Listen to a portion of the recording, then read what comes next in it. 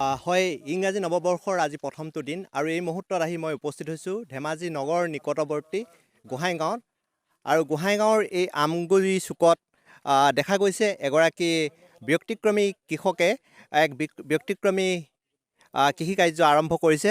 প্ৰথমতে মোৰ কেমেৰা সহযোগীক দেখুৱাবলৈ অনুৰোধ কৰিছোঁ কি ধৰণে এইগৰাকী ব্যক্তিক্ৰমী কৃষকে হাবি জংঘলত উপলব্ধ হৈ থকা টিকনি বৰুৱাক আনি তেওঁ বাৰীত এনেধৰণে ৰোপণ কৰি তেওঁ ইতিমধ্যে টিকনি বৰুৱাৰ খেতিয়ে তেওঁ স্বাৱলম্বী হৈ পৰিছে আৰু লগতে তেওঁ নতুন প্ৰজন্মৰ কৃষকক এই কৃষি কাৰ্যৰ প্ৰতি উদগনি জনোৱাৰ চেষ্টা কৰিছে। মোৰ সৈতে উপস্থিত আছে গোহাঁইগাঁৱৰ এইগৰাকী প্ৰবীণ বৰগোহাঁই নামৰ কৃষক, যিগৰাকী কৃষকে এতিয়া নিজৰ 2 বিঘা ভূমিত এনেধৰণে হাবি জংঘলত উপলব্ধ হৈ থকা ঔষধি গুণযুক্ত টিকনি বৰুৱাক আনি তেওঁ বাৰীত সংস্থাপন কৰিছে, বাৰীত তেওঁ খেতি আৰম্ভ কৰিছে। আচলতে ক'ব লাগিব যে পৰম্পৰাগত যি অসমীয়া খাদ্য শাক পাচলি হেৰাই যাব ধৰিছে, তেনে সময়ত কিন্তু এইগৰাকী কৃষকে এনেধৰণে তেওঁ এই ঔষধি গুণযুক্ত টিকনি বৰুৱাক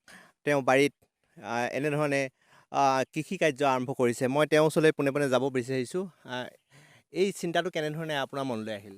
এই চিন্তাটো আহিল মানে মই যেতিয়া মাৰ্কেটত যাওঁ, বজাৰত যাওঁ, তেতিয়া মানে মই নিজেও খাই ভাল পাওঁ। আনিবলৈ গ'লে বহুতখিনি দাম বহিবলগীয়া হয়, মানে 50 টকা তলত নাপায়। গতিকে মই তথাপিও আনো, যিহেতু খাই ভাল পাওঁ। আনি দেখিলোঁ, মই মনতে ভাবিলোঁ আমাৰ ইয়াতো প্ৰায় পোৱা যায় বস্তুটো, হাবি বননি। মই তেতিয়া ভাবিলোঁ এইটো যদি ব্যৱসায়িক ভিত্তিত যদি গছটো ৰোৱা হয়, খেতিটো কৰা হয়, তেতিয়াতো বহুতখিনি লাভৱান হ'ব পাৰি। মই সেই অনুপাতে লাগিয়ে গ'লোঁ, কিন্তু কৰি মই ভাল লাভৱান্বিত হৈছোঁ। ইয়াৰ পৰা মানে মই এতিয়া যিটো মোৰ প্ৰডাকশ্যন হৈছে, মই প্ৰায় মানুহক মই যোৱাব পৰা নাই আৰু পৰিকল্পনা কৰিছোঁ এইবাৰ মানে 25 চনৰ মাৰ্চ মাহৰ পৰা আৰু মানে 1.5 বিঘামান মাটি মই আৰু বঢ়োৱাৰ পৰিকল্পনা কৰিছে। আমি দেখিছোঁ যে এই যিটো টিকনি বৰুৱা, এই লাহে লাহে এই পৰম্পৰাগত খাদ্যটো হেৰাই যাবলৈ বিচাৰে, শাকটো। টিকনি বৰুৱা কি ঔষধি গুণযুক্ত আৰু কি কাৰণে মানুহে খায়?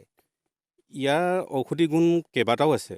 ইয়াৰ মানে যদি হাই প্ৰেছাৰ থকা মানুহ বা চুগাৰ আছে আৰু অন্যান্য কিছুমান মানে ঘাঁহ যদি গাত থাকে, সেইবিলাকো মানে ইয়াক যদি খাই থকা হয়, এই মানে খুব অতি সোনকালে মানে নিৰোগী কৰি তোলে।